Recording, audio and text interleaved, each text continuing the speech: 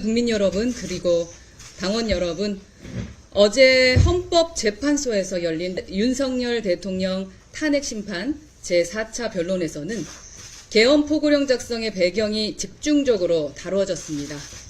문제의 핵심은 계엄 포고령 첫 줄에 명시된 일체의 정치 활동을 금한다라는 문구가 헌법과 법률을 정면으로 위배한다는 점입니다. 헌법과 법률 어디에도 국회의 활동을 금지할 근거는 없습니다. 그러나 윤석열 대통령과 김용현 전 국방부 장관은 이를 자의적으로 해석해 비상계엄을 선포했습니다. 본인들도 위법성을 인지하고 있었던 듯 이제 와서 의원이 아니라 요원을 끌어내라 한 것이라는 말장난을 하고 있습니다.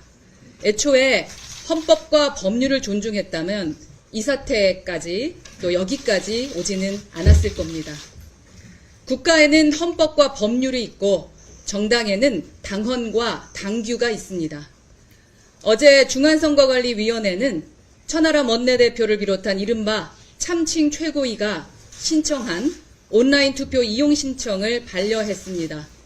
천 원내대표가 정당한 신청권자가 아니라는 이유에서입니다.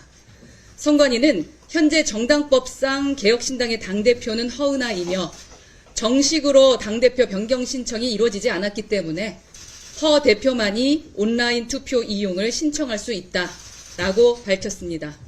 즉 선관위조차 천하람 의원이 가짜 당대표 직무대행이며 그가 구성한 최고위가 참칭 최고위임을 공식적으로 인정한 것입니다.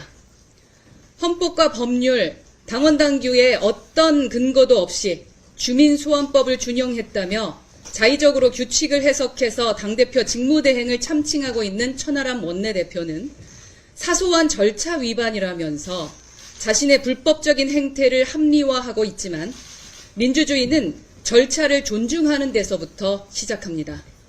정당의 대표를 끌어내리기 위해서라면 헌법과 당헌당규까지 무시할 수 있다고 생각하는 그 행태야말로 가장 위험한 독선입니다. 어제 선관위가 K보팅 시스템 이용 신청을 원천 무효로 취소한 것도 같은 맥락입니다. 정당한 신청권자가 아니라는 이유로 국가기관이 첫 제동을 건 겁니다. 그동안 당대표실은 반복해서 경고해왔습니다. 당헌과 당규를 무시한 채 불법적으로 진행하는 모든 과정은 결국 인정받지 못할 것이고 정당한 민주적 절차만이 해결책이라는 점을 말씀드렸습니다. 그러나 천 원내대표와 그 세력은 자신들의 영향력을 무기 삼아 폭력적인 방식으로 당을 장악하려고 하고 있습니다. 그러나 우리 개혁신당은 힘 있는 사람이 때리면 맞아야 하는 폭력 집단이 아닙니다.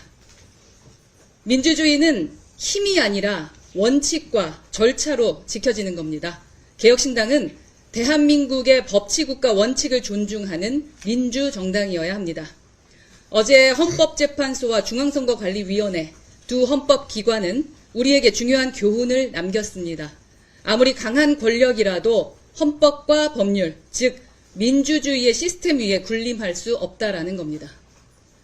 가짜 직무대행 천하람 의원과 가짜 최고위원회에 참석한 분들은 선관위 결정 이후 왜 누리꾼들 사이에서 이준석열이라는 비판이 나왔는지 곰곰이 생각해 보시기 바랍니다. 개혁신당이 민주주의 원칙과 헌정질서를 다시 세우는 정당으로 바로 설 수 있도록 우리는 끝까지 원칙을 지킬 겁니다. 그리고 마지막으로 사무처 직원들에게 고합니다. 1월 15일 공문으로 업무 복귀와 관련하여 복귀 지시하였습니다.